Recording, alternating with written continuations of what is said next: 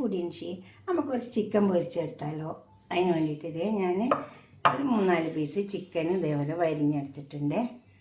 പിന്നെ അതിലേക്ക് 3-4 കാശ്മീരി മുളകുണ്ട്, 5 കാശ്മീരി മുളകുണ്ട്, ചെറിയ ഉള്ളി, ഇഞ്ചി, വെളുത്തുള്ളി, പെരിഞ്ചീരകം 1 ടീസ്പൂണ്, മഞ്ഞൾ, ഇത് ഇഞ്ചി, വെളുത്തുള്ളി, ചെറിയ ഉള്ളി, കാശ്മീരി മുളക് ഒരു 4-5 എണ്ണം ഉണ്ട്, പെരിഞ്ചീരകമുണ്ട്. കണ്ടോ, ഇത് നമുക്കൊന്ന് അരച്ചെടുക്കാം. മിക്സിൻ്റെ ജാറിലിട്ടിട്ട് ഈ തേങ്ങ അരച്ചെടുക്കണ്ടേ. തേങ്ങ നമുക്ക് വേറെ തന്നെ ആവശ്യമില്ല. അപ്പം തേങ്ങ അരക്കരുത്, അതിൻ്റെ കൂടെ ഇത് മാത്രം ഒന്ന് അരച്ചെടുക്കാം. കുറച്ച് കറിവേപ്പില ഉണ്ട് കേട്ടോ, മഞ്ഞളിൻ്റെ പൊടിയാണ്. ഇത് നമുക്ക് ഇത്തിരി വെള്ളം ചേർത്തിട്ടൊന്ന് അരച്ചെടുക്കാം. തേങ്ങ അരക്കുന്നില്ല കേട്ടോ, അതിൻ്റെ കൂടെ തേങ്ങ വേറെ തന്നെ വെക്കാം. വെള്ളം ചേർത്തിട്ട് അങ്ങ് അരച്ചെടുക്കാം. കുറച്ച് വെള്ളം ചേർക്കാവുള്ളൂ കേട്ടോ, അറിയാൻ മാത്രമുള്ള വെള്ളം ചേർത്താൽ മതി. ഈ വെള്ളം ചേർത്താൽ എത്ര വെള്ളം മതി.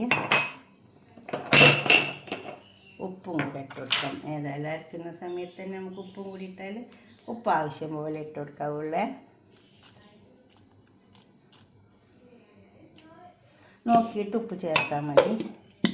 അരച്ചെടുക്കാം. നമുക്ക് ഈ അരപ്പ് ഇതിന് മേലെ പരത്തി കൊടുക്കാം. കുറച്ച് സോപ്പ് ഒഴിച്ച് കൊടുക്കാം.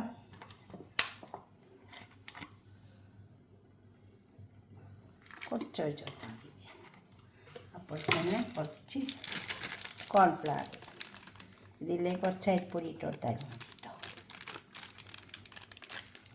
ഇനി നന്നായി ചേർത്തെടുക്കാം നമുക്ക്.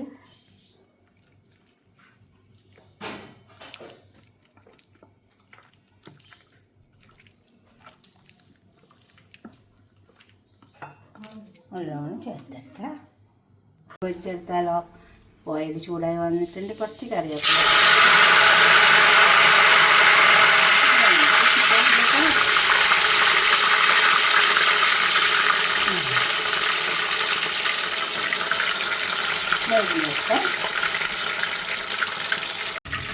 ഇത് നല്ല മുരിഞ്ഞാണ്. ഇത് നമുക്ക് ഇങ്ങോട്ട് എടുക്കാം.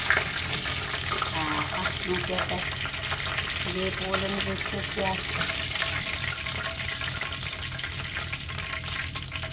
മസാല ഒന്നും ഇളകിപ്പോയിട്ടില്ല. കുറച്ച് കറിവേപ്പില ഇട്ട് കൊടുത്താൽ മതി. 4 പീസ് ഇട്ടാൽ മതിട്ടോ. കണ്ടോ, ഇതും വരുന്നുണ്ട്. നല്ല കളറായിട്ട് വന്നിട്ടുണ്ടോ.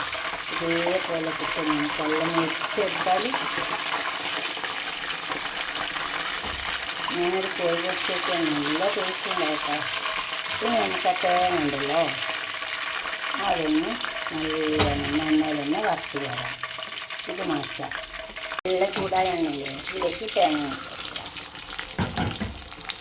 ഒന്ന് നന്നായി വറഞ്ഞു വരഞ്ഞിട്ട് തേങ്ങ ഇട്ടിട്ടില്ലേ അത് മുറിക്കുന്നു. കുറച്ച് കറിവേപ്പില. അത് മാത്രമല്ല, നമ്മളെ ഉപ്പുണ്ടല്ലോ അതിൻ്റെ വെള്ളം ചേർക്കാം. നമ്മൾ ചിക്കൻ പറ്റിയില്ലേ, അത് നല്ലോണം നല്ല ടേസ്റ്റ് ഉണ്ടാവും. ചിക്കൻ വരെ നല്ല ടേസ്റ്റ് ഉണ്ടാവും.